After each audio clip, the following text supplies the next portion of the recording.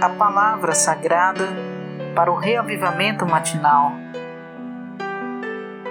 1 João capítulo 2, versículo 6. Aquele que diz que permanece nele deve também andar assim como ele andou. Gálatas capítulo 2, versículo 20. Estou crucificado com Cristo, logo já não sou eu quem vive, mas Cristo vive em mim. E a vida que agora vivo na carne, vivo na fé, a fé do Filho de Deus, que me amou e se entregou por mim.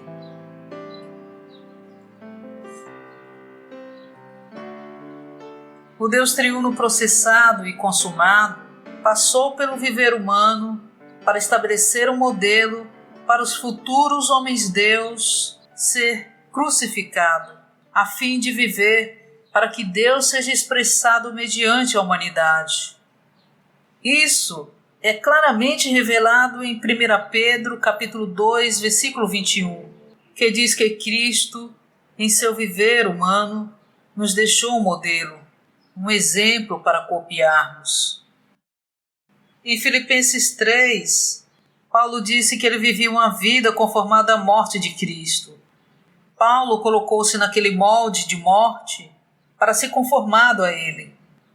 Sua velha vida foi conformada à imagem da morte de Cristo pelo poder da ressurreição de Cristo. O poder da ressurreição fortaleceu para viver a vida de um homem-deus. O Senhor espera que muitos de nós sejamos tais pessoas. As virtudes ensinadas por Confúcio são o produto do esforço humano.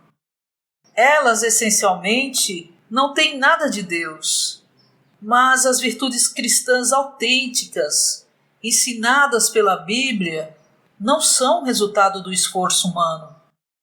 As virtudes cristãs ensinadas pela Bíblia são bem diferentes de meras virtudes humanas.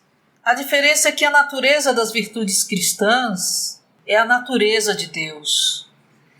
A esse respeito, Pedro diz em sua segunda epístola que nos tornamos participantes da natureza divina. Portanto, as virtudes cristãs não são produto do esforço exterior, mas de natureza interior. A natureza divina que recebemos por meio da regeneração. As virtudes cristãs estão relacionadas essencialmente com a vida divina, a natureza divina e o próprio Deus. Humanamente falando, para o bem da sociedade, todos devemos preocupar-nos com ética, moral, comportamento e caráter. Contudo, com respeito a viver Deus e expressá-lo, meras virtudes humanas não servem para nada.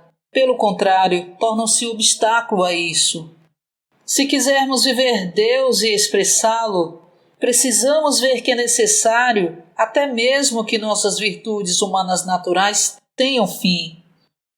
O início do Evangelho implica o término de todas as coisas que não sejam o próprio Deus. Segundo a visão da economia divina apresentada no Novo Testamento, como escolhidos de Deus, os que foram substituídos por Cristo e com Cristo, devemos viver exclusivamente a vida de Deus. Isso quer dizer que se o irmão tem o conceito de tentar ser bom marido, deve abandoná-lo e simplesmente viver a vida de Deus. Ele não deve viver uma vida de cultura, religião ou ética. Em vez de olhar essas coisas, ele deve ver apenas Jesus. Por fim, viverá de forma muito mais elevada que a cultura, religião, ética ou moral. Terá um amor pela esposa muito mais elevado do que o amor humano natural. Não devemos estar ocupados nem mesmo com as coisas boas, tais como ética e aperfeiçoamento de caráter, nem ser impedidos por essas coisas.